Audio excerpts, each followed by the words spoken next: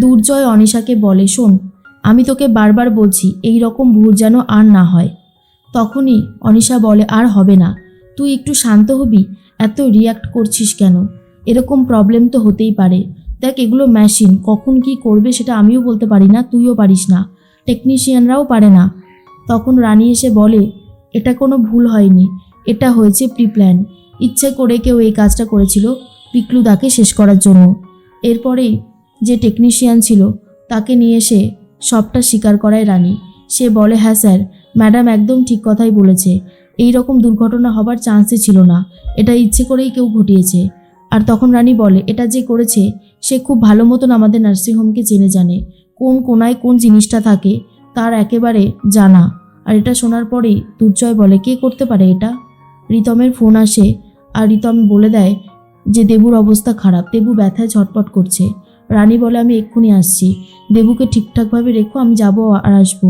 এর মধ্যেই রানী তখন বলে দুর্জয়কে যে দেবুর অবস্থা খারাপ, ওর ব্যথা উঠেছে, ওকে এক্ষুনি নার্সিংহোমে নিয়ে যেতে হবে।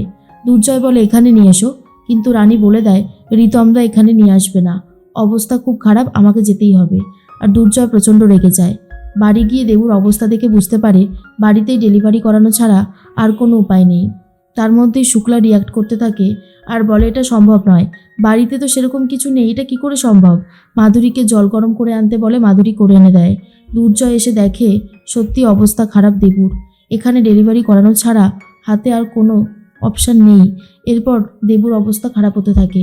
দেবুর জন্য রানী আর দুর্জয় উঠে পড়ে লেগেছে যাতে দেবু সুস্থ থাকে আর বাচ্চাটাও সুস্থ থাকে। দেবুকে বারবার বলে, তুই হাল ছাড়লে হবে না, তোকে কিন্তু ঠিকঠাকভাবে সামলাতে হবে।